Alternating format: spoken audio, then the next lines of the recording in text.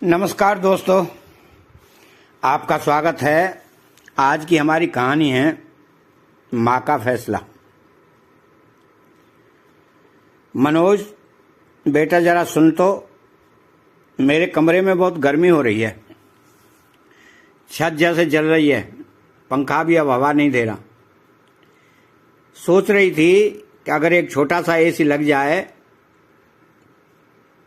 तो माँ अभी नहीं, इस महीने बहुत खर्चे हो गए हैं। बच्चों की फीस, घर का राशन अगले महीने देखेंगे। ठीक है सुधा जी, लेकिन बेटा अब शरीर नहीं सहता ये गर्मी। रात भर नींद नहीं आती, घबराहट सी होने लगती है। मनोज झुंझला कर कहता है कि माँ प्लीज थोड़ा तो सब्र रखिए, हर चीज एक साथ नहीं हो सकती। आपके कमरे में पंखा तो है ना? जून की तपती दोपहरी थी। लखनऊ की हवाएं जैसे आग उगल रही थीं। आसमान पर न कोई बादल था, न छांव की कोई उम्मीद। ऐसे में 68 वर्षीय सुधा जी अपनी सफेद सूती साड़ी का पल्लू सिर पर टिकाए छत पर रखे अपने छोटे से बगीचे को पानी देने में व्यस्त थीं। छोटे छोटे गमलों में लगे तुलसी, मोगरा और गेंदा जैसे सुधा जी के अकेलेपन के साथी बन गए थे। हर पौधे में जैसे उनकी ममता बसती थी। मगर उस दिन सूरज की गर्मी कुछ ज्यादा ही बेरहम थी। हाथ कांप रहे थे, सांसें उखड़ रही थीं। फिर भी सुधा जी ने हर गमले को प्यार से पानी दिया। नीचे आकर वे धीरे धीरे अपने कमरे की ओर बढ़ी। पंखा चल रहा था, पर गर्म हवा के थपेड़े जैसे चेहरे पर चाबुक की तरह लग रहे थे।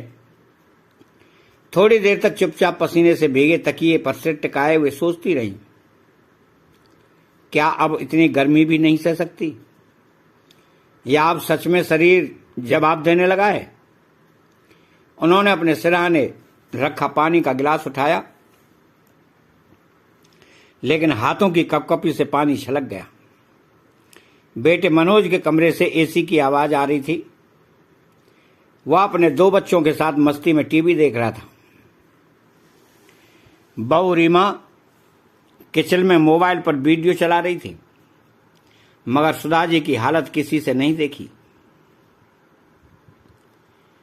उन्होंने आंखें बंद कर ली, लेकिन दिल में एक कसक उठी, इस घर में अब मेरा ठंडा कोना भी नहीं बचा जहां मैं बैठकर थोड़ी देर चैन की सांस ले सकूं। देखते देखते शाम हो गई, लेकिन सूरज अब भी ढलने का नाम नहीं ले रहा था। सुधा जी ने हिम्मत करके बेटे मनोज को पास बुलाया। वे चाहती थी कि बात प्यार से हो, समझदारी से हो। इसलिए उन्होंने आवाज में नरमी घोलते हुए कहा, मनोज बेटा, मैं सोच रही थी कि अगर हो सके तो मेरे कमरे में एक छोटा एसी लगवा दिया जाए। अब उम्र हो चली है, ये गर्मी कुछ ज्यादा ही चुभने लगी है। मनोज जो मोबाइल पर ऑफिस के कुछ मेल देख रहा था, एक पल को रुका और मां की तरफ देखा। फिर माथे पर हल्की सी सिकन डालते हुए बोला, मां इस महीने तो बहुत खर्चे हैं। बच्चों की स्कूल की फीस, रीमा के मायके वालों का आना, और ऊपर से कितना किराना, सब कुछ बढ़ गया है। अभी नहीं हो पाएगा, अगले महीने देखेंगे। पर बेटा, सुधा जी ने हौले से कहा, मैंने कभी कुछ नहीं मांगा, बस अब थोड़ी राहत चाहिए। छत पर जाना भी अब भारी लगने लगा है। मनोज ने थोड़ी चिड़चिड़ी आवाज में जवाब दिया, मां आप समझा करो ना, हर बार कोई ना कोई जरूरत आ जाती है। हम पेड़ से पैसे नहीं तोड़ते। अब अगले महीने तक रुक जाइए, वैसे भी आपका पंखा तो ठीक से चल रहा है ना। सुधा जी चुप हो गई।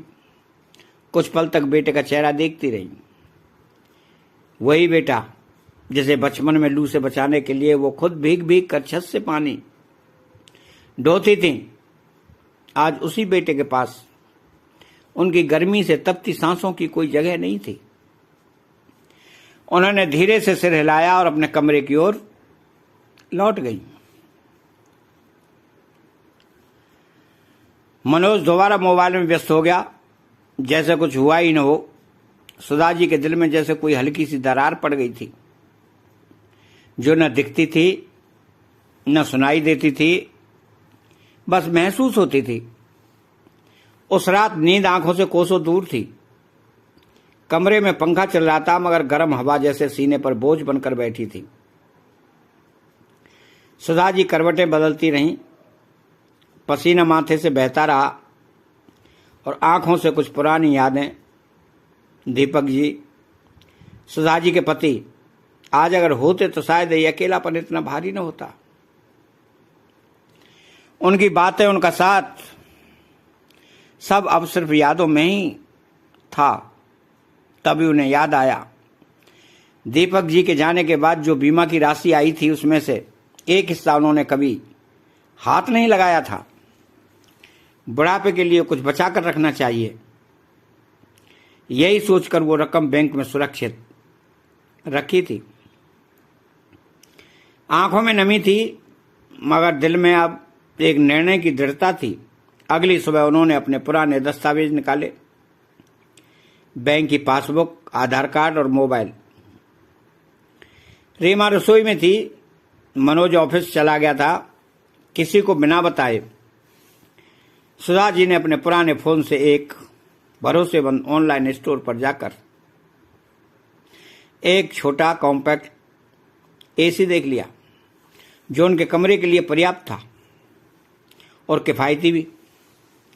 जब ऑर्डर कंफर्म का मैसेज आया तो पहली बार उनके चेहरे पर हल्की सी मुस्कुराहट आ गई। अब कम से कम चैन की नींद तो ले पाऊंगी, और किसी के सामने हाथ भी नहीं फैलाया। ये सिर्फ एक एसी नहीं था, ये सुधा जी के आत्मसम्मान, आत्मनिर्भरता और आत्मनिर्णय का प्रतीक था। सुधा जी के पति एक बहुत ही समझदार, पढ़े लिखे इंसान थे। वे एक प्राइवेट कंपनी में मैनेजर के पद पर थे। उन्होंने अपने बच्चों को बहुत ही अच्छी शिक्षा और पालन पोषण दिया था।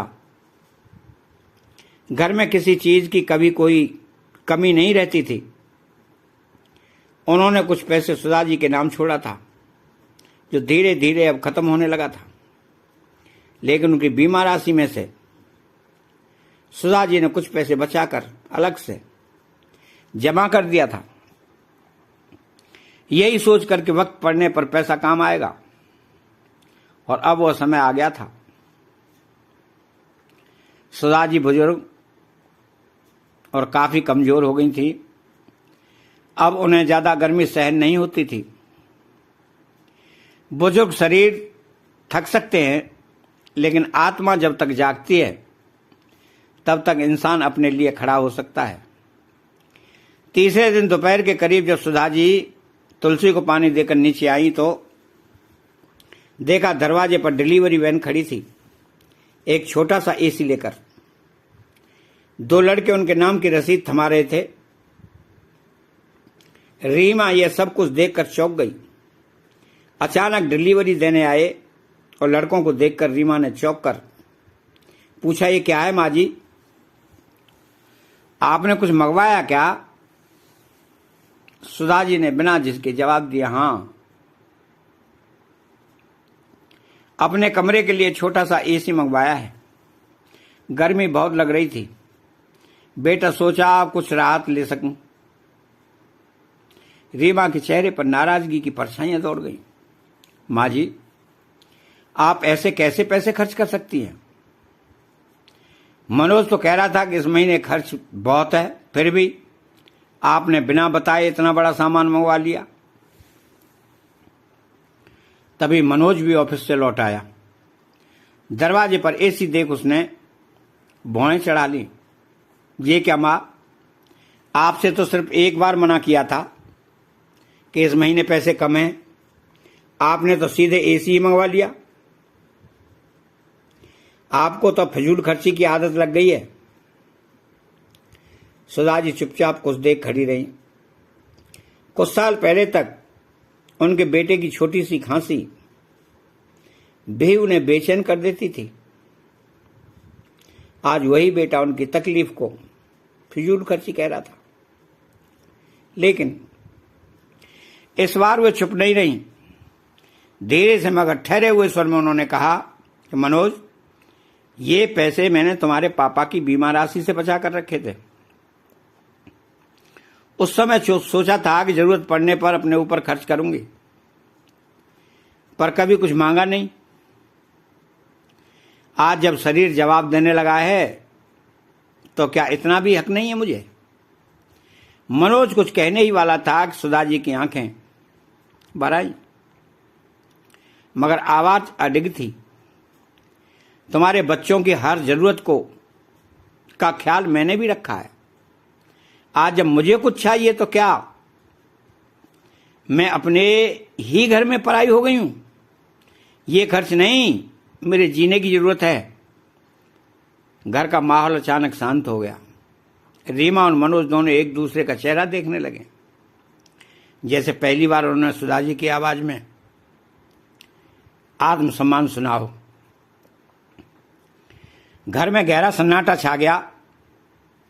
मनोज और रीमा के चेहरे पर अब नाराजगी नहीं, बल्कि एक अनकहा संकोच था। जैसे उन्हें एहसास होने लगा हो कि उन्होंने कुछ ऐसा कह दिया जो एक मां को चुभ गया। लेकिन सुधा जी की आंखों में इस बार न तो आंसू थे, न ही गलती का कोई डर। उनकी आवाज स्थिर थी। मनोज, रीमा, मैंने जिंदगी भर सबके लिए सोचा। कभी तुम्हारी जरूरतें, कभी बच्चों की जरूरतें, तो कभी घर की तंगी। मैं अपनी इच्छाओं को दबा दिया, लेकिन अब थोड़ा खुद के लिए भी सोचूंगी। उन्होंने एसी की ओर इशारा करते हुए कहा, ये पैसे मेरे हैं, न किसी से मांगे न किसी के छीने, और ये फैसला भी मेरा है। ये मेरी उम्र का, मेरी सेहत का और मेरे हक का सवाल है। रीमा कुछ कहना चाहती थी, लेकिन सुधा जी ने उसके कंधे पर हाथ रखकर कहा,